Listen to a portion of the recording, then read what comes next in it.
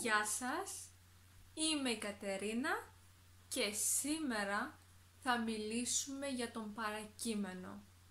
Θα δούμε τον παρακείμενο της ενεργητικής αλλά και της παθητικής φωνής. Ξεκινάμε λοιπόν. Ο παρακείμενος χρησιμοποιείται όταν θέλουμε να μιλήσουμε πρώτον για μία δραστηριότητα που ολοκληρώθηκε και τα αποτελέσματά της ισχύουν στο παρόν. Για παράδειγμα, έχω μαγειρέψει ψάρι με πατάτες, δηλαδή υπάρχει ψάρι με πατάτες για να φάμε.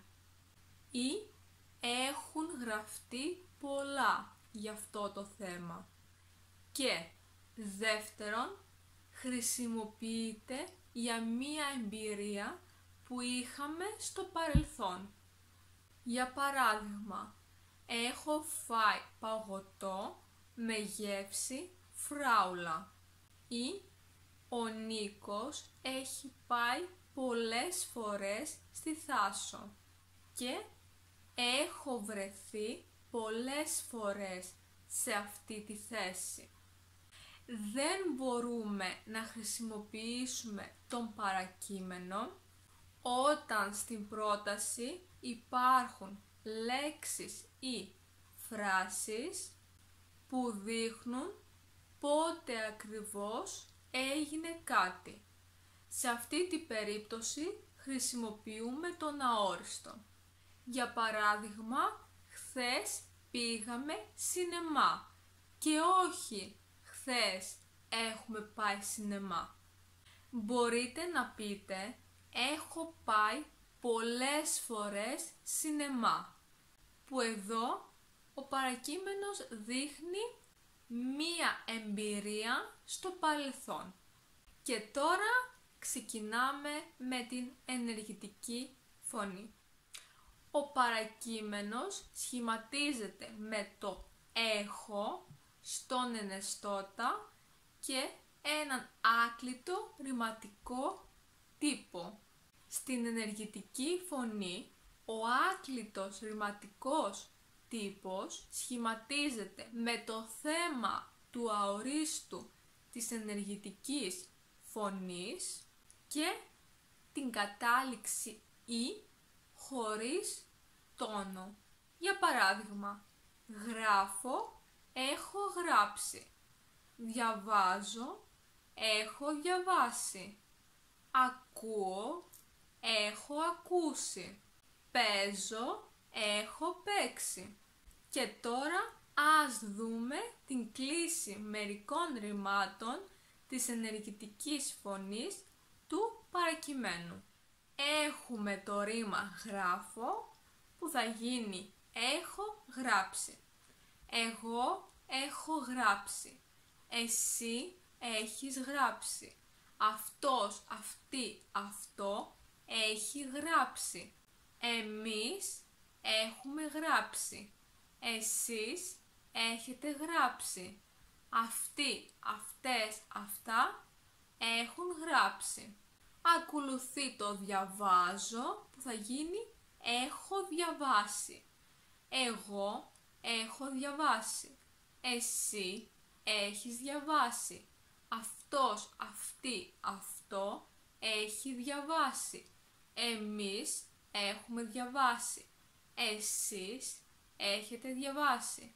Αυτοί, αυτές, αυτά έχουν διαβάσει. Μετά έχουμε το ρήμα παίζω που θα γίνει έχω παίξει. Εγώ έχω παίξει. Εσύ έχεις παίξει. Αυτός, αυτή, αυτό έχει παίξει. Εμείς έχουμε παίξει. Εσείς έχετε παίξει. Αυτοί, αυτές, αυτά έχουν παίξει. Ακολουθεί το ρήμα ακούω που θα γίνει έχω ακούσει. Εγώ έχω ακούσει. Εσύ έχεις ακούσει. Αυτός, αυτή, αυτό έχει ακούσει. Εμείς έχουμε ακούσει. Εσείς έχετε ακούσει. Αυτοί, αυτές, αυτά έχουν ακούσει. Και επίσης έχουμε το ρήμα τρέχω που θα γίνει έχω τρέξει. Εγώ έχω τρέξει. Εσύ έχεις τρέξει. Αυτός, αυτή, αυτό έχει τρέξει. Εμείς έχουμε τρέξει. Εσείς έχετε τρέξει. Αυτοί, αυτές, αυτά έχουν τρέξει. Και τώρα περνάμε στην παθητική φωνή του παρακειμένου. Στην παθητική φωνή έχουμε πάλι το έχω στον ενεστώτα, αλλά ο άκλητος ρηματικός τύπος σχηματίζεται με το θέμα του αορίστου της παθητικής φωνής και την κατάληξη ή με τόνο. Για παράδειγμα, σηκώνομαι, έχω σηκωθεί. Κοιμάμαι, έχω κοιμηθεί. Βαριέμαι, έχω βαρεθεί. Ενοχλούμε, έχω ενοχληθεί. Ας δούμε τώρα πώς κλείνονται μερικά ρήματα στην παθητική φωνή του παρακειμένου. Έχουμε το ρήμα σηκώνομαι που θα γίνει έχω σηκωθεί. Εγώ έχω σηκωθεί. Εσύ έχεις σηκωθεί. Αυτός, αυτή, αυτό έχει σηκωθεί. Εμείς έχουμε σηκωθεί. Εσείς έχετε σηκωθεί. Αυτοί, αυτές, αυτά έχουν σηκωθεί. Μετά έχουμε το ρήμα κοιμάμαι που θα γίνει έχω κοιμηθεί. Εγώ έχω κοιμηθεί. Εσύ έχεις κοιμηθεί. Αυτός, αυτή, αυτό έχει κοιμηθεί. Εμείς έχουμε κοιμηθεί. Εσείς έχετε κοιμηθεί. Αυτοί, αυτές, αυτά έχουν κοιμηθεί. Ακολουθεί το ρήμα βαριέμαι που θα γίνει έχω βαρεθεί. Εγώ έχω βαρεθεί. Εσύ έχεις βαρεθεί. Αυτός, αυτή, αυτό έχει βαρεθεί. Εμείς έχουμε βαρεθεί. Εσείς έχετε βαρεθεί. Αυτοί, αυτές, αυτά έχουν βαρεθεί. Μετά έχουμε το ρήμα ενοχλούμε που θα γίνει έχω ενοχληθεί. Εγώ έχω ενοχληθεί. Εσύ έχεις ενοχληθεί. Αυτός, αυτή, αυτό έχει ενοχληθεί. Εμείς έχουμε ενοχληθεί. Εσείς έχετε ενοχληθεί. Αυτοί, αυτές, αυτά έχουν ενοχληθεί. Και επίσης έχουμε το ρήμα ονειρεύομαι που θα γίνει έχω ονειρευτεί.